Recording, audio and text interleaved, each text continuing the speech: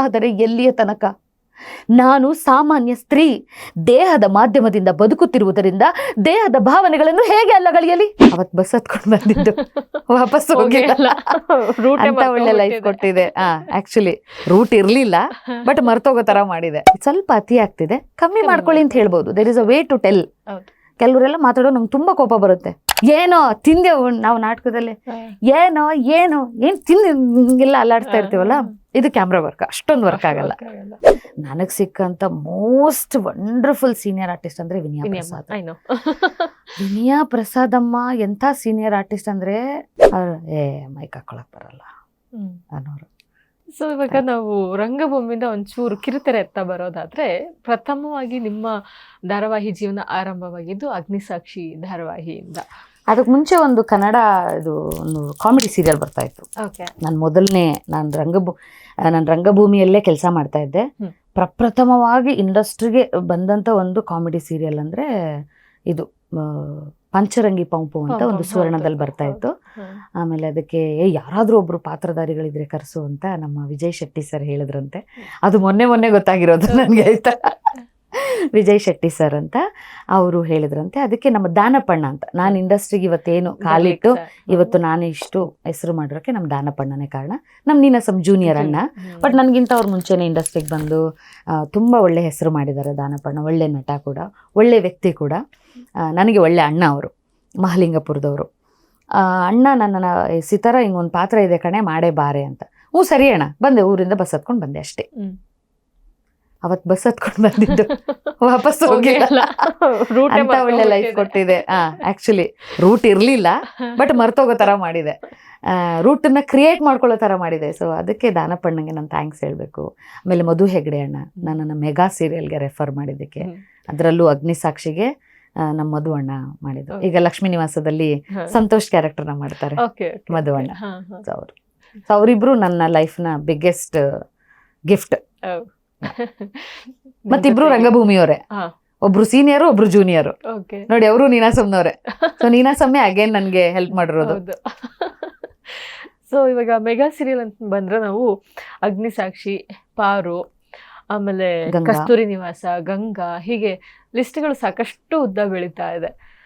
So ಈ ಅನುಭವಗಳು ಹೇಗಿತ್ತು? ಅಗ್ನಿಸಾಕ್ಷಿಯಲ್ಲಿ ಯಾವಾಗಿನ ಹೊಸದಾಗಿ ಕಾಲಿಟ್ಟಿರೋ ಕೂಸು, ಅದ್ರಲ್ಲಿ ಏನು ಅನುಭವ ಇಲ್ಲ, ನಂಗೆ ಏನು ಗೊತ್ತಾಗಿಲ್ಲ. ಅದ್ರಲ್ಲಿ ಪಾತ್ರ ಕೊಟ್ರು, ಬಿಗಿನಿಂಗ್ ಅಲ್ಲಿ ಸಣ್ಣ ಟೆಕ್ಸ್ಟ್ ತಗೊಳ್ತಿದ್ದೆ, ಬೈಸ್ಕೊತಿದ್ದೆ ಡೈರೆಕ್ಟ್ ಹತ್ರ. ಯಾಕಂದ್ರೆ ರಂಗಭೂಮಿ ಬೇರೆ, ಸಿನಿಮಾ ಮತ್ತು ಸೀರಿಯಲ್ ಇಂಡಸ್ಟ್ರಿ ಬೇರೆ.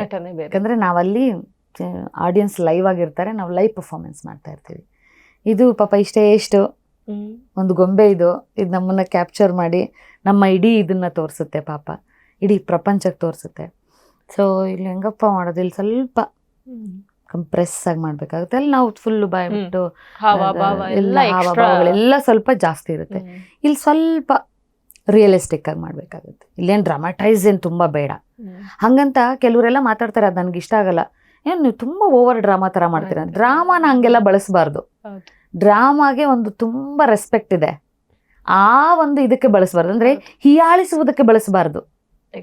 ಹೇಳ್ತಾರೆ ನೀವು ಓವರ್ ಡ್ರಾಮಾ ಮಾಡ್ತೀರಾ ಅಂದ್ಬಿಡ್ತಾರೆ. ಇದು ಸ್ವಲ್ಪ ಅತಿ ಆಗ್ತಿದೆ, ಕಮ್ಮಿ ಮಾಡ್ಕೊಳ್ಳಿ ಅಂತ ಹೇಳ್ಬೋದು. There is a way to tell. ಕೆಲವರೆಲ್ಲ ಮಾತಾಡೋ ನಂಗೆ ತುಂಬ ಕೋಪ ಬರುತ್ತೆ. ತುಂಬ ಒಂಥರ ಡ್ರಾಮಾ ಥರ ದಯವಿಟ್ಟು ಹೇಳ್ಬಿಡೋದು. ತುಂಬ ನಾಲೆಡ್ಜ್ ಬೇಕು. ಡ್ರಾಮಾ ಆ್ಯಕ್ಟಿಂಗ್ ಮಾಡೋಕ್ಕೆ, ನಟನ ಮಾಡೋಕ್ಕೆ ತುಂಬ ನಾಲೆಡ್ಜ್ ಬೇಕು. ಸುಮ್ಮನೆ ಅದನ್ನ ಅಂದರೆ ಆ ಪದನ ಹೊರಡಿಸ್ಬಿಡ್ಬೇಡಿ ಆ ಥರ ಅಂತ ಹೇಳ್ತೀನಿ. ಇಲ್ಲ ಮೇಡಮ್ ಅವ್ರು ತುಂಬ ಹಿಂಗೆಲ್ಲ ಕೈ ಹಿಂಗೆಲ್ಲ, ಗೊತ್ತಿಲ್ಲದಿದ್ದರೆ ಮಾಡ್ತಾರೆ. ನಾನು ಸಹ ಮಾಡಿದ್ದೀನಿ ತಪ್ಪು. ಫಸ್ಟ್ ಟೈಮ್ ಕ್ಯಾಮರಾ ಮುಂದೆ ಹೋದಾಗ ಸನ್ನಿಧಿ ಬಾ ಇಲ್ಲಿ ಅಂತ ಕೈ ಹಿಡ್ಕೊಂಡು ಹೇಳಿ, ಸನ್ನಿಧಿ ಬಾ ಇಲ್ಲಿ ಅಂತೆಲ್ಲ ಹೇಳಿದ್ದೀನಿ ನಾನು. ನೀನು ಡ್ರಾಮಾ ಮಾಡಬೇಡ ಅಂದ್ರು. ನಾನು ಯಾಕೆ ಡ್ರಾಮಾ ಮಾಡಲಿ, ನಾನು ಸ್ಟೇಜ್ ಮೇಲೆ ಮಾಡ್ತೀನಿ ಅಂದೆ. ಅವರು ಅಯ್ಯೋ ಸುಮ್ಮನೆ ಇರಮ್ಮ, ನಾನು ಹೇಳೋದು ಕೇಳಿಸ್ಕೊಂಡು ನಾನು ಎಷ್ಟು ಹೇಳ್ತೀನಿ ಅಷ್ಟು ಮಾಡಮ್ಮ ಅಂದರು. ಓಕೆ ಸರ್, ಎಷ್ಟು ಹೇಳ್ತಾರೆ ಅಷ್ಟು ಮಾಡ್ಕೊಂಡು ಮಾಡಿದೆ. ಬಟ್ ತುಂಬ ತುಂಬ ಕಿರಿಕಿರಿ ಅನ್ಸೋದು ನನಗೆ ಬಿಗಿನಿಂಗಲ್ಲಿ. ಏನಪ್ಪ ಇದು ಕ್ಯಾಮ್ರಾ, ದೇವ್ರೇ, ಇಷ್ಟೇ ಮಾಡಿ ಅಂತಾರೆ, ಇಷ್ಟೇ ತಿರುಗಿ ಅಂತಾರೆ, ಅಲ್ಲೇ ನೋಡು ಅಂತಾರೆ, ಹಿಂಗೆ ನೋಡು ಅಂತಾರೆ, ಅವೇ ನೋಡು ಅಂತಾರೆ. ಓಕೆ ಕ್ಲೋಸಪ್ ಅಂದರೆ ಹಿಂಗೆ ಇರಬೇಕಾ? ಇಲ್ಲ ಬೇಡ ನಾನು. ಆಮೇಲೆ ನನಗೆ ನಮ್ಮ ನಿರ್ದೇಶಕರು ಹೈವದನ್ ಸರು, ಮಂಜು ಮೈಸೂರವರು, ಆಮೇಲೆ ಒಂದಷ್ಟು ಜನ ನಿರ್ದೇಶಕರು ಅದರಲ್ಲಿ ಬಂದರು, ಮಲ್ಲಿಕಾರ್ಜುನ್ ಅಂತ ಬಂದರು. ಅವರೆಲ್ಲ ಹೇಳ್ಕೊಡ್ತಾ ನೋಡ್ತಾ ನಾನು ಮಾನಿಟರ್ ಕುತ್ಕೊಂಡು ನೋಡಿಕೊಂಡು ನಾನು ಕಲ್ತಿದ್ದೇನೆಂದರೆ ರಂಗಭೂಮಿಯ ನಟನೆ ಬೇರೆ, ಕ್ಯಾಮ್ರಾ ಮುಂದಿನ ನಟನೆ ಬೇರೆ. ಸ್ವಲ್ಪ ಸಾತ್ವಿಕತೆ ಅದೇ, ಅಭಿನಯನೇ ನಾವು ಮಾಡಬೇಕು. ಆದರೆ ಇಲ್ಲಿ ಸ್ವಲ್ಪ ನಾವು 100% ಮಾಡುವಾಗ ಇಲ್ಲಿ ಒಂದು 40% ಕೊಟ್ಟರೆ ಸಾಕು. 40ಯಲ್ಲೂ ಕಮ್ಮಿ ಮಾಡಿದ್ರು ಪರವಾಗಿಲ್ಲ. ಇಲ್ಲಿ ಅದಪ್ಪ ಏನೋ ತಿಂದೆವು ನಾವು ನಾಟಕದಲ್ಲಿ, ಏನು ತಿಂದು ಹಿಂಗೆಲ್ಲ ಅಲ್ಲಾಡ್ತಾ ಇರ್ತೀವಲ್ಲ, ಇದು ಕ್ಯಾಮ್ರಾ ವರ್ಕ್ ಅಷ್ಟೊಂದು ವರ್ಕ್ ಆಗಲ್ಲ. ಸೊ ಏನೋ ಮೈನ್ಯೂಟ್ ಅಷ್ಟಾದರೆ ಸಾಕಾಗುತ್ತೆ. ಸೊ ಇಂಡಸ್ಟ್ರಿಯ ಅನುಭವ ನಿಜವಾಗ್ಲೂ ತುಂಬ ದೊಡ್ಡದು. ಇದು ಸಾಗರ. ಇದು ಇಲ್ಲಿ ತುಂಬ ತಿಳ್ಕೊಳ್ಳೋದು ಇನ್ನೂ ತುಂಬ ಇದೆ. ನಾನು ಅಗ್ನಿಸಾಕ್ಷಿ, ಗಂಗಾ, ಪಾರು, ಕಸ್ತೂರಿ ನಿವಾಸ, ಆಮೇಲೆ ಉಧೋ ಶ್ರೀ ರೇಣುಕಾ ಯಲ್ಲಮ್ಮ, ತುಂಬ ಅದ್ಭುತವಾದ ನಿರ್ದೇಶಕರುಗಳು, ಅಮೇಝಿಂಗ್ ಟೆಕ್ನಿಷಿಯನ್ಸ್, ಅದ್ಭುತ ಕೆಲಸ. ಇವಾಗ ಬ್ರಹ್ಮಗಂಟು ಅಲ್ಲೂ ಕೂಡ ಒಳ್ಳೆ ದಾಮಿನಿ ಅಥವಾ ಸಾರಿ ದಾಮಿನಿ, ಪಾರು ದಾಮಿನಿ, ಗಂಗಾದಲ್ಲಿ ಸುಧಾ, ಕಸ್ತೂರಿ ನಿವಾಸದಲ್ಲಿ ಸರ್ವಮಂಗಳ, ಈಗ ಅಂಬುಜ, ಸುಭಾಷ ಶೀಘ್ರಮಲ್ಲಿ ಮಾಡ್ತಾ ಇದ್ದೀನಿ, ಅದರಲ್ಲಿ ಕಾಮಿನಿ. ಅದು ಎಂಥ ಅದ್ಭುತ ಅಂದರೆ ನೋಡಿ, ನಮ್ಮ ನಟರು ಎಷ್ಟು ಅದೃಷ್ಟವಂತರು ಅಂತಂದರೆ, ನಮ್ಮ ಶ್ರದ್ಧೆ ಯಾಕೆ ಅದಕ್ಕೆ ಪುಷ್ಟಿ ಕೊಡುತ್ತೆ ಅಂತ ಹೇಳ್ತೀನಿ, ಕೌಂಟ್ ಆಗುತ್ತೆ ಅಂತ. ಒಂದು ಪಾತ್ರ ಮಾಡಿಸ್ಬೇಕು ಅಂತ ಡಿಸೈಡ್ ಮಾಡ್ತಾರೆ, ಎಲ್ಲರೂ ಡಿಸೈಡ್ ಮಾಡಿ, ಇಲ್ಲ ಈ ಪಾತ್ರ ಇವ್ರು ಮಾಡ್ಬೇಕಂತ ಪಾಪ ಅವ್ರದ್ದೊಂದು ಕ್ಯಾಟಗರಿ ಇರುತ್ತೆ, ಇವ್ರನ್ನ ಈ ಪಾತ್ರಕ್ಕೆ ಹಾಕಿದ್ರೆ ಇದು ಚೆನ್ನಾಗಾಗುತ್ತೆ ಅಂತ. ಸೊ ಆ ವಿಷಯಕ್ಕೆ ನಾನು ತುಂಬ ಥ್ಯಾಂಕ್ಸ್ ಹೇಳಬೇಕು ಸುಪ್ರೀತಾ ಅವ್ರಿಗೆ, ನಮ್ಮ ಚೇತನ್ ಸರ್ಗೆ, ಸುಧೀಂದ್ರ ಸರ್ಗೆ, ಸೋಮು ಸರ್ಗೆ, ಆಮೇಲೆ ರೈಟ್ರಿಗೆ ಎಷ್ಟು ಥ್ಯಾಂಕ್ಸ್ ಹೇಳ್ಬೇಕಂದ್ರೆ ಅವ್ರಿಗೆಲ್ಲ. ಅಮೃತಧಾರೆ ಅಂತ ಒಂದು ಸೀರಿಯಲ್ ಬರ್ತಿದೆ, ಓಕೆನಾ, ಅದರಲ್ಲಿ ಗೌತಮ್ ಭೂಮಿಕಾ ನಡೀತಿದೆ. ಅವ್ರನ್ನ ಇದು ಮಾಡ್ಬೇಕಲ್ಲ, ಒಂಥರ ಸ್ನೂಫ್ ತರ. ನಾವಿಬ್ರು ಇಲ್ಲಿ ಸದಾ ಅಣ್ಣ ಅಂತಿದ್ದಾರೆ, ಮತ್ತೆ ನಾನು ಸದಾನ ಅಣ್ಣ, ನಾನು ಅವರು ಗೌತಮ್ ದಿವಾನು, ನಾನು ಭೂಮಿ ಕ್ಯಾರೆಕ್ಟರ್. ಸೊ ಅವ್ರಿಗೆ ಎಷ್ಟು ಖುಷಿ ಅಂದ್ರೆ ಇವ್ರು ಮಾಡಿದ್ರೆ ಈ ಪಾತ್ರ ಚೆನ್ನಾಗಾಗುತ್ತೆ, ಇದು ಅದ್ಭುತ, ಅದು ವರ್ಕ್ ಆಯ್ತು. ಸೊ ಯೂನಿವರ್ಸ್ ಯಾವಾಗಲೂ ಬ್ಲೆಸ್ ಮಾಡುತ್ತಂತೆ, ಥ್ಯಾಂಕ್ಸ್ ಟು ಯೂನಿವರ್ಸ್. ಅವ್ರು ಏನು ಅನ್ಕೊಂಡಿದ್ದಾರೆ, ಅವ್ರು ಹೆಂಗ್ ಅನ್ಕೊಂಡಿದ್ದಾರೆ, ನಾವು ಹಾಗೆ ಮಾಡಿದ್ದೀವಿ. ಅದೇ ಒಬ್ಬ ನಟನಿಗೆ ಸಿಗುವಂಥ ನಿಜವಾದ ಅವಾರ್ಡ್. ಇವ್ರಿಗೆ ಈ ಪಾತ್ರ ಕೊಟ್ಟರೆ ಅದ್ಭುತವಾಗಿ ಮಾಡ್ತಾರೆ ಅಂತ ಅದೊಂದು ನಂಬಿಕೆ ಇಟ್ಟು ಕೊಟ್ಟಾಗ ನಾವು ಅದನ್ನು ನಿಭಾಯಿಸೋದಿದೆಯಲ್ಲ, ಅದು ದೊಡ್ಡ ಜವಾಬ್ದಾರಿ ನಮಗೆ. ಅದಕ್ಕೆ ನಾನು ಐ ಆಮ್ ಸೋ ಬ್ಲೆಸ್ಡ್. ನನ್ನನ್ನು ಅಂದರೆ ಚಾನಲ್ ಆಗ್ಬೋದು, ನಿರ್ದೇಶಕರಾಗ್ಬೋದು, ಪ್ರೊಡ್ಯೂಸರ್ಸ್ ಆಗ್ಬೋದು, ಇಲ್ಲ ಇವ್ರು ಈ ಪಾತ್ರ ಮಾಡ್ತಾರೆ, ಇವ್ರಿಗೊಂದು ಈ ಥರ ಡಿಸಿಪ್ಲಿನ್ ಇದೆ, ಇವ್ರು ಮಾಡ್ತಾರೆ ಕೊಡಿ, ಅವ್ರು ರಂಗಭೂಮಿ ಕಲಾವಿದರು, ಅವ್ರು ಮಾಡ್ತಾರೆ. ಆ ಗೌರವ ಬಂತಲ್ಲ ನನಗೆ ರಂಗಭೂಮಿಗೆ, ಅದು ನಂಗೆ ಭಾಳ ಖುಷಿಯಾಗಿದೆ. ಓಕೆ, ಅಂದರೆ ಆರಂಭದ ದಿನಗಳಲ್ಲಿ ಇವಾಗ ಸಾಕಷ್ಟು ಏನು ಕ್ಯಾಮ್ರಾ ಮುಂದೆ ನಿಲ್ಲೋದಾಗ್ಲಿ, ಮೈಕ್ ಹಾಕೊಳ್ಳುವಂಥದ್ದಾಗಲಿ, ಈ ಥರದ ಮೈನ್ಯೂಟ್ ಥಿಂಗ್ಸ್ಗಳು ಗೊತ್ತಿರಲ್ಲ. ಅವಾಗ ಅವಮಾನಗಳನ್ನು ಅನುಭವಿಸಿದ್ದೋ ಅಥವಾ ಹಿರಿಯ ಕಲಾವಿದರಿಂದ ಏನಾರು ಅನ್ಸ್ಕೊಂಡಿದ್ದೋ, ಈ ಥರ ಘಟನೆಗಳು ಯಾವ್ದಾರು ಇದೆಯಾ? ಪಾಪ ಹೇಳಿದ್ರೆ ಅದೊಂಥರ ಕಂಪ್ಲೇಂಟ್ ಥರ ಆಗೋಗ್ಬಿಡುತ್ತೆ. ಆ್ಯಕ್ಚುಲಿ ನನಗೆ ಗೊತ್ತಿಲ್ಲ ಇದನ್ನು ಹೆಂಗೆ ಹೇಳ್ಬೇಕಂತ. ಸೀನಿಯರ್ ಆರ್ಟಿಸ್ಟ್ಗಳಲ್ಲೇ ನನಗೆ ಸಿಕ್ಕಂಥ ಮೋಸ್ಟ್ ವಂಡರ್ಫುಲ್ ಸೀನಿಯರ್ ಆರ್ಟಿಸ್ಟ್ ಅಂದರೆ ವಿನಯಾ ಪ್ರಸಾದ್. ವಿನಯಾ ಪ್ರಸಾದಮ್ಮ ಎಂಥ ಸೀನಿಯರ್ ಆರ್ಟಿಸ್ಟ್ ಅಂದರೆ, the way she behaves, the way she tell something to us. ಅಂದರೆ ಅವ್ರು ನನಗೆ ಯಾವಾಗಲೂ ಹೇಳೋರು, ನಾನು ಸ್ವಲ್ಪ ಕೂಗ್ಬಿಡ್ತಿದ್ದೆ, ನಾನು ಸ್ವಲ್ಪ ಅಂದರೆ ಯಾರು ಹೆಂಗೆ ಬೇಕಾದ್ರೂ ಅರ್ಥ ಮಾಡ್ಕೊಳ್ಳಿ, ನಮಗೆ ಗೊತ್ತಿಲ್ಲ ಹೆಂಗೆ ಮಾತಾಡ್ಬೇಕಂತ, ಇಂಡಸ್ಟ್ರಿ ನಮಗೆ ವಸ್ತು. ನಾನು ಯಾವ್ದಾರು ಹಂಗೆ ಮಾಡ್ಬೇಕು, ಇದಾಗ ಹೆಂಗೆ ಮಾಡ್ಬೇಕಂತೆಲ್ಲ ಕೂಗ್ಬಿಡ್ತಿದ್ದೆ. ಅಮ್ಮ ಒಂದ್ಸಲ ಅಮ್ಮ ನನ್ನನ್ನು ಕಲಾಸುಂದರಿ ಅಂತ ಕರೀತಾರೆ, ವಿನಯಮ್ಮ. ಅದಕ್ಕೆ ಕಲಾಸುಂದರಿ ಬಾರೆ ಇಲ್ಲಿ ಅಂದ್ರು. ಅಮ್ಮ ಹೇಳಿ ಅಮ್ಮ, before you tell something to someone, bite your tongue ಅಂತ. ನಾಲ್ಗೆ ಕಚ್ಕೋ, ಏನಾದರೂ ಯಾರಿಗಾದ್ರೂ ಹೇಳಕ್ಕೆ ಮುಂಚೆ.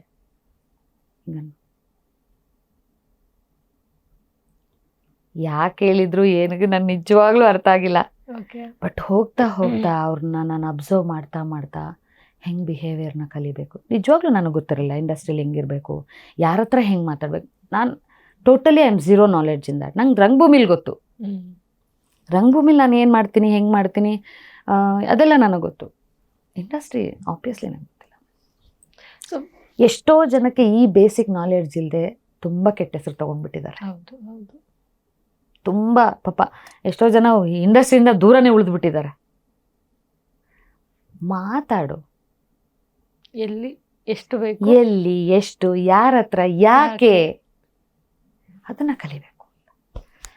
ಅವರಿಂದ ಕಲ್ತಂಥ ಒಂದು ಸಂಸ್ಕಾರ ಇದೆಯಲ್ಲ, ನನ್ನನ್ನು ತುಂಬ ರೆಸ್ಪೆಕ್ಟ್ಫುಲ್ಲಾಗಿ ಜೀವಿಸ್ತಾ ಇದೆ ಈಗ. Very nice. I always thanks to ಅಮ್ಮ. ನಾನು ಎಲ್ಲ ಇಂಟರ್ವ್ಯೂನಲ್ಲೂ ನನ್ನ ಅಮ್ಮನ ಹೆಸರು ಹೇಳ್ತೀನಿ. And she calls me, she message me. ಅವ್ರು ಏನೇ ಹೊಸದೊಂದು ಹಾಡು ಮಾಡಿದ್ರು ಅವ್ರ ಹಸ್ಬೆಂಡ್ ಆ್ಯಂಡ್ ವೈಫ್ ಬರೀತಾರೆ ತುಂಬ ಚೆನ್ನಾಗಿ. ಸರ್ ಅಮ್ಮ ತುಂಬ ಚೆನ್ನಾಗಿ ಹಾಡ್ತಾರೆ, ಅವರು ಟ್ಯೂನ್ ಎಲ್ಲ ಮಾಡ್ತಾರೆ ಸರ್. ಅಮ್ಮ ಹಾಡಿ ನೋಡು ಸಿತಾರ, ವ್ಯಾಲೆಂಟೈನ್ಸ್ ಡೇಗೆ ನಾವು ಈ ಥರ ಹಾಡು ಮಾಡಿದ್ವಿ, ಪ್ಯೂರ್ ಕನ್ನಡ ಹಾಡು ಮಾಡಿದ್ದೀವಿ. ಆಮೇಲೆ ಕನ್ನಡ ರಾಜ್ಯೋತ್ಸವಕ್ಕೆ ಹಾಡು ಮಾಡಿದ್ದೀವಿ. ಆಮೇಲೆ ಇನ್ನೇನೋ ಬೇರೆ ಬೇರೆ ಸಂದರ್ಭಗಳಿಗೆ ಈ ಹಾಡು ಚೆನ್ನಾಗಿದೆ, ಹಿಂಗೆ ಮಾಡಿದ್ದೀವಿ, ಈ ವಿಡಿಯೋ ಕಳಿಸಿದ್ದೀನಿ ನೋಡು ಹೇಗಿದೆ ಹೇಳು. ನನ್ನ ಅಮ್ಮಂಗೆ ಹ್ಯಾಪಿ ಬರ್ಡೇ ಹೇಳಿದೆ. ಈ ವರ್ಷದ ಹೊಸ ವರ್ಷದ ಶುಭಾಶಯ ಬದಲು ವಿನಿಯಮ್ಮನೆ ನನಗೆ ಹೇಳಿರೋದು. ಅಟ್ಟು ಇನ್ 12 o'clock. She never use phone. ಅಮ್ಮ ಫೋನೇ ಯೂಸ್ ಮಾಡಲ್ಲ. ಏನಕ್ಕೆ ಬಳಸ್ತಾರೆ ಅಂದರೆ ಕಾದಂಬರಿಯನ್ನು ಕೇಳೋದಕ್ಕೆ. ಅವ್ರ ಕಾದಂಬರಿಗಳು ತುಂಬ ಕೇಳ್ತಾರೆ. ಟೈಮ್ ಇದ್ದರೆ ಓದ್ತೀನಿ ಪುಟ, ಇಲ್ಲ ಶೂಟಿಂಗು ಅದು ಇದು ಬ್ಯುಸಿ ಇದ್ದಾಗ ನಾನು ಕೇಳಿಸ್ಕೋತೀನಿ. ಓಡಾಡ್ತಿರ್ತಾರೆ ಅಮ್ಮ, ವಾಕಿಂಗ್ ಮಾಡ್ತಾ ಇರ್ತಾರೆ, ಅವ್ರದ್ದು ಒಂದಷ್ಟು ಯೋಗ ಮುದ್ರೆಗಳಿರುತ್ತೆ, ಅದನ್ನು ಮಾಡ್ತಾ ಇರ್ತಾರೆ, ಪ್ರೆಷರ್ ಪಾಯಿಂಟ್ಸ್ನ ಇಟ್ಕೊಂಡಿರ್ತಾರೆ. ಅವ್ರು ಹೇಳ್ಕೊಡ್ತಾರೆ, ನನಗೂ ಕೂಡ ಹೇಳ್ಕೊಟ್ಟಿದ್ದಾರೆ ಯಾವುದಕ್ಕೆ ಏನು ಮಾಡಬೇಕು, ತಲೆನೋವು ಬಂದರೆ ಏನು ಮಾಡಬೇಕು, ಈ ಥರ ಬೆರಳನ್ನು ಪ್ರೆಸ್ ಮಾಡಬೇಕು, ಎಲ್ಲರೂ ನಾವೆಲ್ಲ ವೆರಿ ವೆರಿ ವೆರಿ ಹೆಲ್ದಿ. ಆಮೇಲೆ ಅದಕ್ಕೆ ಮುಂಚೆ ಕಸ್ತೂರಿ ನಿವಾಸದಲ್ಲಿ ಮಾಡುವಾಗ ಆಶಾರಾಣಿ ಸೀನಿಯರ್ ಆರ್ಟಿಸ್ಟ್ ಸಿಕ್ಕಿದ್ರು. And she is bundle knowledge. ಕಲಾವಿದೆ, ರಂಗಭೂಮಿ ಕಲಾವಿದೆ ಆಕೆನು. ಅಮ್ಮನೂ ರಂಗಭೂಮಿ ಕಲಾವಿದೆ, ಅದ್ಭುತ ಕಲಾವಿದೆ. ಇಬ್ಬರು ನಂಗೆ ಅದ್ಭುತ ಕಲಾವಿದರೆ ಸಿಕ್ಕಿರೋದು. ಆಶಾರಾಣಿ ಅದ್ಭುತ ಕಲಾವಿದೆ. ಆಮೇಲೆ ಅಮ್ಮ ಹಾಡ್ತಾರೆ, ಬರೀತಾರೆ, ಓದ್ತಾರೆ, ಬಂಚ್ ಆಫ್ ನಾಲೆಡ್ಜ್.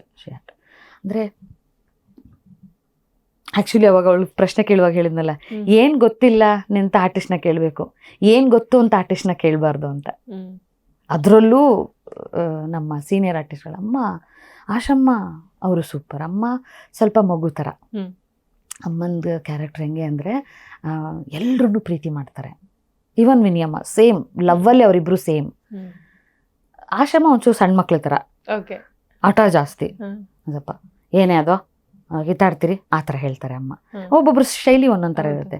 ಇವರು ಬಂಚ್ ಆಫ್ ನಾಲೆಡ್ಜ್, ಅವರು ಬಂಚ್ ಆಫ್ ನಾಲೆಡ್ಜ್. ಒಬ್ಬೊಬ್ರು ಬಿಹೇವಿಯರ್ ಒಂದೊಂದು ಥರ ಇರುತ್ತೆ. ಆ್ಯಂಡ್ ಆಶಮ್ಮ ಒಂಥರ ತುಂಬ ವೆರಿ ಕ್ಲೋಸ್, ಈಸಿ ಅಮ್ಮ. ತುಂಬ ಆಕೆಗಿರೋ ನಾಲೆಡ್ಜ್ಗೆ ಆಕೆಗೆ ನಾನು ಅಷ್ಟು ರೆಸ್ಪೆಕ್ಟ್ ಮಾಡೋದು. ಹಾಡ್ತಾಳೆ, ಡ್ಯಾನ್ಸ್ ಮಾಡ್ತಾಳೆ, ನಾಟಕ ಮಾಡ್ತಾಳೆ, ಕಂಪ್ನಿ ನಾಟಕಗಳದು, ಕುರುಕ್ಷೇತ್ರ ಅದೆಲ್ಲ. ಎಷ್ಟೊಂದು ನಾಲೆಡ್ಜ್ ಇದೆಯಪ್ಪ ಇವ್ರಿಗೆ. ಈಗ ಅವರೊಂದು ಯೂಟ್ಯೂಬ್ ಇದು ಇನ್ಸ್ಟಾಗ್ರಾಮಲ್ಲಿ ಅವ್ರದ್ದೇ ಒಂದು ಪೇಜ್ ಮಾಡಿಕೊಂಡು ಅವರು ಭೀಮನ ಬಗ್ಗೆ, ದುರ್ಯೋಧನನ ಬಗ್ಗೆ, ಅಭಿಮನ್ಯು ಬಗ್ಗೆ, ನಮ್ಮ ಕುರುಕ್ಷೇತ್ರದ ಬಗ್ಗೆ, ಅದ್ರ ಬಗ್ಗೆ ಎಲ್ಲ ಹೇಳ್ತಾರೆ. ಎಷ್ಟು ತಿಳ್ಕೊಂಡಿದ್ದಾರೆ. ಪೇಂಟಿಂಗ್ ಮಾಡ್ತಾರೆ, ಬಾಟಲ್ ಆರ್ಟ್ ಮಾಡ್ತಾರೆ. ಏನು ಬರಲ್ಲ ಅಂತ ಕೇಳಿ ನೀವು. ಆಕೆ ನಾಲೆಡ್ಜ್, ಬಂಚ್ ಆಫ್ ನಾಲೆಡ್ಜ್.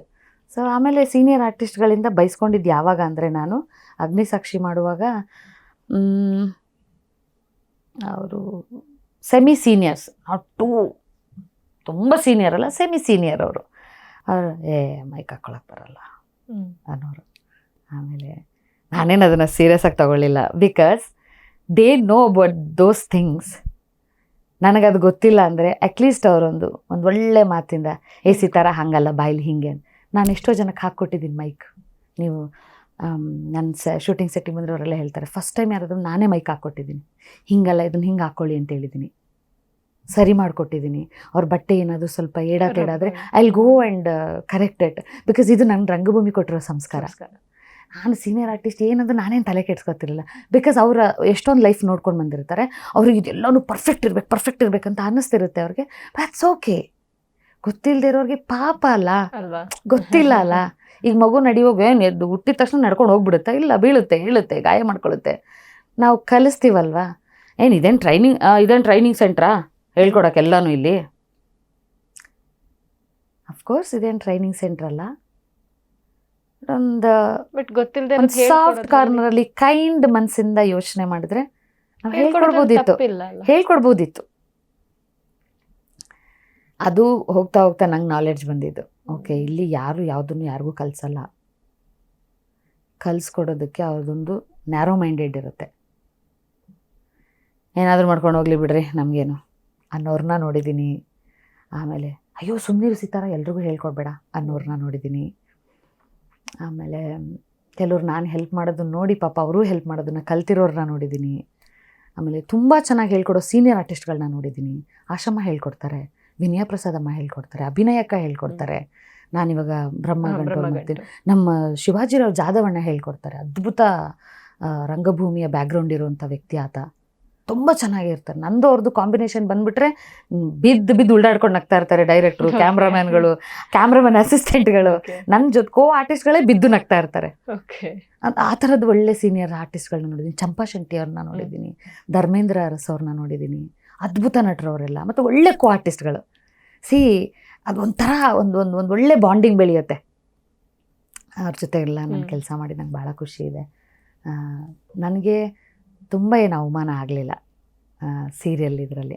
ಸ್ವಲ್ಪ ಕೋ ಆರ್ಟಿಸ್ಟ್ ಅಯ್ಯೋ ಏನಿಷ್ಟೇ ತೊಗೋತಾರೆ ಆ ಥರದ್ದೆಲ್ಲ ಒಂದಷ್ಟು ಕೇಳಿಸ್ಕೊಂಡಿದ್ದೆ. ನನಗೇನು ಅಂಥ ಇಂಪಾರ್ಟೆಂಟ್ ಅನ್ನಿಸ್ಲಿಲ್ಲ, because I was doing wrong and I am okay with that. Okay, ನಾನು ತಪ್ಪು ಮಾಡಿದ್ದನ್ನು ಗುರುತಿಸಿದ್ರೆ ಥ್ಯಾಂಕ್ ಯು, ಇನ್ನೊಂದ್ಸಲ ಮಾಡಲ್ಲ ಅಂತ ತಗೊಳ್ತಿದ್ದೆ. ಬಿಟ್ಟರೆ ಐ ನೆವರ್ ಫೆಲ್ಟ್ ಅಯ್ಯೋ ಇವ್ರು ಹಿಂಗೆ ಅಂದ್ಬಿಟ್ರಲ್ಲ, ನೋ ನೆವರ್. ಸೊ ರಂಗಭೂಮಿಯಿಂದ ನನಗೆ ಆ ಥರದ್ದೊಂದು ಧೈರ್ಯ ಇದೆ. ಬೈದ್ರು ನಾನು ಕಲಿಯೋದಕ್ಕೆ ಅಂತ. So I will take it. ಹೊಗಳೋದನ್ನು ಬೈಯೋದನ್ನು ನಾನು ಈಕ್ವಲ್ ಆಗಿ ತಗೋತೀನಿ. ನನಗೆ ಅಷ್ಟೊಂದು ಏನು ಬ್ಯಾಡ್ ಎಕ್ಸ್ಪೀರಿಯನ್ಸ್ ಇಲ್ಲ ಇಂಡಸ್ಟ್ರಿಯಿಂದ. ಓಕೆ, ಸೊ ನೀವು ಅಭಿನಯಿಸಿದ ಇಷ್ಟು ಧಾರಾವಾಹಿಗಳಲ್ಲಿ ನಿಮ್ಮ ನೆಚ್ಚಿನ ಒಂದು ಡೈಲಾಗ್ ಅಂತ ಹೇಳೋದಾದ್ರೆ ಯಾವುದು ಅದು? ಹಾಯ್ ಫ್ರೆಂಡ್ಸ್ ಬನ್ನಿಲಿ. ಇದು actually combination of writer, director, channel and me. Paaru ಸೀರಿಯಲ್ಗೆ ನಾನು ಒಂದಷ್ಟೆಲ್ಲ ಡೈಲಾಗ್ಗಳೆಲ್ಲ ದೊಡ್ಡದಾಗಿ ಹೇಳುವಾಗ ವಿನಯ ಪ್ರಸಾದ್ ಎಲ್ಲ, ನನ್ನ ಕೋ ಆರ್ಟಿಸ್ಟು ಸಿದ್ದು, ಶರತು, ನಮ್ಮ ಮೋಕ್ಷು, ನಮ್ಮ ಪವಿ ಅವರು ಎಲ್ಲರೂ ಅದ್ಭುತ ನಟರುಗಳು. ಆದರೂ ಪಾಪ ಅವರು ನಾನು ಡೈಲಾಗ್ ಹೇಳುವಾಗ ನಿಂತ್ಕೊಂಡು ಕೇಳಿಸ್ಕೊಂಡು ನನ್ನ ಡೈಲಾಗ್ ಕಟ್ ಅಂದ ತಕ್ಷಣ ಎಲ್ಲರೂ ಚಪ್ಪಾಳೆ ಹೊಡೆಯೋರು. ಐ ವಾಸ್ ಸೋ, ಅಂದರೆ ನೀನೊಬ್ಬ ನಟನ್ನ ನೀನು ಪ್ರೈಸ್ ಮಾಡದೇ ಇದ್ದರೆ, ನೀನು ಚೆನ್ನಾಗಿ ಮಾಡಿದ್ರೆ ಚೆನ್ನಾಗಿ ಮಾಡಿದ್ಯಾ ಅಂತ ಹೇಳಿ, ಚೆನ್ನಾಗಿ ಮಾಡದೇ ಇದ್ದಾಗ ಇದನ್ನು ನೀನು ಚೂರು ಬೆಟರ್ ಮಾಡ್ಕೋಬೋದಿತ್ತು ಅಂತ ವಿನಯ ಪ್ರಸಾದ್ ಹೇಳುವಾಗ ಐ ವಾಸ್ ಸರ್ಪ್ರೈಸ್ಡ್. ಹಿಂಗೂ ಹೇಳ್ಬೋದಲ್ವಾ? ಓ ವಾವ್, ಏನು ಹೇಳ್ತೀವಿ ಅನ್ನೋದಲ್ಲ, ಹೆಂಗೆ ಹೇಳ್ತೀವಿ ಅನ್ನೋದು ಇಂಪಾರ್ಟೆಂಟ್ ಅಂತ ನಾನು ಅವರಿಂದ ಕಲ್ತಿದ್ದು. ಗ್ರೇಟ್. ಆ ಡೈಲಾಗ್ ಹೇಳ್ತಿದ್ದೆ ನಾನು. ಇದು ಒಂದು ಸ್ವಲ್ಪ ದಿನ ಹೋಗ್ತಾ ಹೋಗ್ತಾ ಹೋಗ್ತಾ ಡೈರೆಕ್ಟ್ರಿಗೆ, ರೈಟ್ರಿಗೆ, ನನಗೆ ಮತ್ತು ಚಾನಲ್ ಎಲ್ಲ ಕಾಂಬಿನೇಷನಲ್ಲಿ ಒಂದು ಡೈಲಾಗ್ ಉಟ್ಕೋತೇನೆಂದರೆ, ನೀವು ಕ್ಯಾಮ್ರಾನ ಕರೆದು ಮಾತಾಡಿ ಅಂತ ಒಂದು ಸಲ ಹೇಳಿದ್ದೆ ನಾನು ಅದನ್ನು. ಆಮೇಲೆ ನಿರ್ದೇಶಕರು ಅದನ್ನ ಟ್ರೈ ಮಾಡಿದ್ರು, ಗುರುಪ್ರಸಾದ್ ಸರ್. ಅದು ಸೂಪರಾಗಿ ವರ್ಕ್ ಆಯಿತು. ನಮ್ಮ ಗುರು ಸರ್, ಪಾರು ಡೈರೆಕ್ಟ್ರು, ಅವರು ಎಷ್ಟು ಒಳ್ಳೆ ನಿರ್ದೇಶಕ ಅಂತ ಅಂದರೆ, ನಮಗೆ ನಟರಿಗೆ ಸ್ವತಂತ್ರ ಕೊಡ್ತಾರೆ ಮಾಡೋಕ್ಕೆ. ಈವನ್ ದಿಲೀಪ್ ರಾಜ್ ಕೂಡ ಅದ್ಭುತ ಡೈರೆಕ್ಟ್ರು, ಸ್ವಲ್ಪ ಟೈಮ್ ಜಾಸ್ತಿ ತಗೋತಾರೆ. ಊಟಕ್ಕೆ ಬ್ರೇಕ್ ಆದ್ರೂ ಬ್ರೇಕ್ ಬಿಟ್ಟಿರಲ್ಲ, ಅವ್ರು ಮಾಡ್ತಾ ಇರ್ತಾರೆ. ಅದು ಅದ್ಭುತ ನಟ, ಅವ್ರದ್ದೇನೇನೋ ಯೋಚನೆಗಳಿರುತ್ತೆ. ಅದು ಸ್ವಲ್ಪ it will take a time. Guru sir ಮತ್ತು ದಿಲೀಪ್ ಸರ್ ಎಲ್ಲ ಸೇರಿ ಒಂದು ಕಾಂಬಿನೇಷನಲ್ಲಿ ಆಗಿದ್ದೆ. ಕ್ಯಾಮ್ರಾನ ಕರೆದು ಮಾತಾಡ್ದು, ಹಾಯ್ ಫ್ರೆಂಡ್ಸ್ ಬನ್ನಿಲಿ ಅಂತ ಕರೆದು, ಏನು ಗೊತ್ತಾ, ಈ ಪಂಡ್ರಾಪುರ ಪಾರ್ವತಿ ಮನೆ ಕೆಲಸದವಳು ನಮ್ಮ ಈ ಮನೆ ದೊಡ್ಡ ಮಗನ ಬುಟ್ಟಿಗೆ ಹಾಕ್ಕೊಂಡು ಈ ಮನೇಲೇ ಜಾಂಡ ಹೂಡಬೇಕು ಅಂತಿದ್ದಾಳೆ, ಕೆಲಾಂಡೇಶ್ವರಿಯವ್ರ ಜಾಗಕ್ಕೆ ಕುತ್ಕೊಳ್ಬೇಕು ಅಂತಿದ್ದಾಳೆ. ಈಗ ಏನು ಮಾಡೋದು ಫ್ರೆಂಡ್ಸ್, ನೀವೇ ನನಗೇನಾದರೂ ಐಡಿಯಾ ಕೊಡಿ, ನನಗೇನು ಉಳಿತಾ ಇಲ್ಲ, ನನಗೇನು ಉಳಿತಿಲ್ಲ. ಅರ್ಥ ಆಯ್ತಾ? ಅವಾಗ camera like this. Okay, cameraman sir Raghu sir ಅಂತ ಅವ್ರು ಹಿಂಗೆ ಮಾಡೋರು. ಅದು ಸೂಪರಾಗಿ ವರ್ಕ್ ಆಗಿಬಿಡ್ತು. Okay, I felt so happy because ನಂಗೆ ತುಂಬ ಸ್ವತಂತ್ರ ಕೊಟ್ಬಿಟ್ಟಿದ್ರು ದಾಮಿನಿ ಪಾತ್ರಕ್ಕೆ. ನೀವು ಈಗಲೂ ತುಂಬ ಆಡಿಯನ್ಸು ನನ್ನನ್ನು ಅಗ್ನಿಸಾಕ್ಷಿ ವಾಣಿ, ಅದಕ್ಕಿಂತ ಜಾಸ್ತಿ ದಾಮಿನಿ. ಹೌದು ಹೌದು, ದಾಮಿನಿ ಹೆಂಗೆ ಮಾಡಿದ್ರಿ ನೀವು, ಯಾರು ಮಾಡಿಲ್ಲ ನಿಮ್ಮ ಥರ. ಹೌದು, ಎಲ್ಲರೂ ಅದನ್ನು ಅಕ್ಸೆಪ್ಟ್ ಮಾಡಿಕೊಂಡ್ರು. ಆಮೇಲೆ ಸಖತ್ತಾಗ, ಅಯ್ಯೋ ಮೇಡಮ್ ಎಷ್ಟೋ ಜನ, ಅಯ್ಯೋ ನಮ್ಮ ಅತ್ತೆ, ನಮ್ಮ ಅಜ್ಜಿ, ನಮ್ಮ ಅತ್ತಿಗೆ ನೀವು ಬನ್ನಿ ಫ್ರೆಂಡ್ಸ್ ಇಲ್ಲಿ ಅಂದ ತಕ್ಷಣ ಟಿ ವಿ ಹತ್ರನೇ ಹೋಗ್ಬಿಟ್ಟಿದ್ದಾರೆ ಎಷ್ಟೋ ಜನ ಅಂತ. ಸೊ ಅದಕ್ಕೆ ಅದು ನನ್ನ ಫೇವ್ರೇಟ್ ಡೈಲಾಗ್ ಅನ್ಸುತ್ತೆ. ಓಕೆ, ರಂಗಭೂಮಿದ ಒಂದು ನಿಮ್ಮ ಯಾವ್ದಾದ್ರು ಡೈಲಾಗ್ ಅಂತ ಹೇಳೋದಾದ್ರೆ? ಅಂದರೆ ಲಾಸ್ಟ್ ಸೀನು, ಅವಳು ಹೋಗಿ ಇನ್ನೊಬ್ಬ ಅವ್ರ ಲವರೇ ಸಿಕ್ಕಿರ್ತಾರೆ, ಅವ್ರ ಜೊತೆ ಎಲ್ಲ ಇದಾಗಿ ಬಂದು ಲಾಸ್ಟ್ ಸೀನಲ್ಲಿ ಹೋಗಿ ವಿಶ್ರಾಂತಿ ತಗೊಳ್ಳಿ ಅಂತ ಹೇಳ್ತಾರೆ.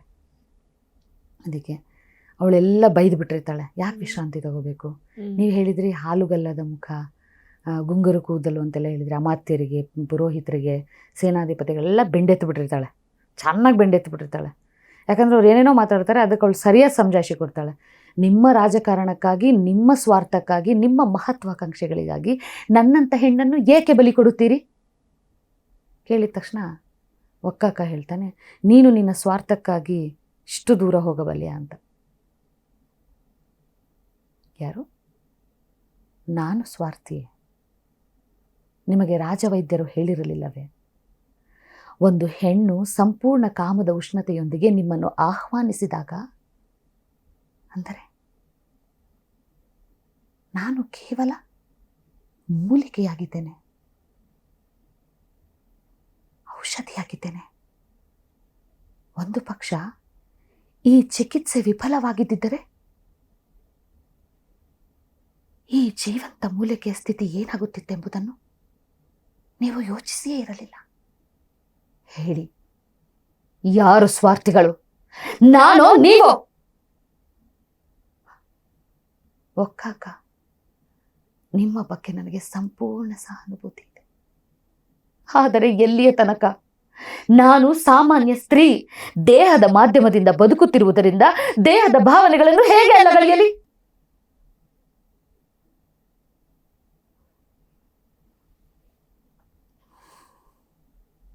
ಆ ಮಾತ್ಯರೇ ಹೆಂಗ್ ಅವರಿಗೆ ಟರ್ನ್ ಆಗುತ್ತೆ ಡೈಲಾಗು. ಸೊ ಅದ್ಭುತ. ಅಂದ್ರೆ ಅವಳಿಗೆ she don't want to scold ಒಕ್ಕಾಕ. ಅವಳಿಗೆ ಬೈಯಕ್ಕೆ ಇಷ್ಟ ಇಲ್ಲ, ಅವನ ಬಗ್ಗೆ ಸಂಪೂರ್ಣ ಸಹಾನುಭೂತಿ ಇದೆ. ಯಾಕಂದ್ರೆ ಅವನ ಕೈಲಿ ಏನೂ ಮಾಡೋಕ್ಕಾಗಲ್ಲ. ಆ ಸಹಾನುಭೂತಿ ಜೊತೆ ನಾನೊಂದು ಹೆಣ್ಣಪ್ಪ, ದೇಹದ ಮಾಧ್ಯಮದಿಂದ ಬದುಕ್ತಿದ್ದೀನಿ, ಎಲ್ಲಿವರೆಗೂ ತಡ್ಕೊಳ್ಳಿದ್ನ? 5 ವರ್ಷ ತಡ್ಕೊಂಡಿದ್ದೀನಿ. ಅವಳು ಹೇಳ್ತಾಳೆ, ಡೈಲಾಗ್ ಹೇಳುವಾಗ ಬಂದಕ್ಷರನೇ ಹೇಳ್ತಾಳೆ, 5 ವರ್ಷ ಏನಾಯ್ತು? ನನ್ನ ಶಯನಾಗಾರದಲ್ಲಿ 5 ವರ್ಷಗಳ ತನಕ ಏನೂ ಆಗೇ ಇಲ್ಲ. ನನ್ನ ದಿಂಬಿ ಗೊತ್ತು ನಾನು ಎಷ್ಟು ಹತ್ತಿದ್ದೀನಿ ಅಂತ. ನನ್ನ ದಿಂಬಿ ಗೊತ್ತು ನನ್ನ ಕಷ್ಟ ಏನು ಅಂತ. ಬೆಳಗ್ಗೆ ಏಳೋದು, ಉದ್ಯಾನವನದಲ್ಲಿ ಸುತ್ತೋದು, ಕಾಳು ಹಾಕೋದು, ನೀರು ಹಾಕೋದು, ಸಂಗೀತ, ಸಂಜೆ ಆದರೆ ಸಂಗೀತ ಕಾರ್ಯಕ್ರಮ, ಯಾವುದಾದ್ರೂ ಒಂದು ಪುಸ್ತಕವನ್ನು ತಿರುವಿ ಹಾಕುವುದು, ಮಲಗುವುದು. What after that? ಒಬ್ಬಳೆ ಆಕಾಶ ನೋಡ್ಕೊಂಡು ಅಥವಾ ದಿಂಬಿಗೆ ತಲೆ ಒರಗಿ ಅದು ದುಃಖಿ ದುಃಖಿ ಹೇಳೋದು ಯಾರಿಗೆ ಕಾಣುತ್ತೆ? ಸೊ ಆ ಥರ ಒಂದು ಪಾತ್ರ ಅದು. ನಾನು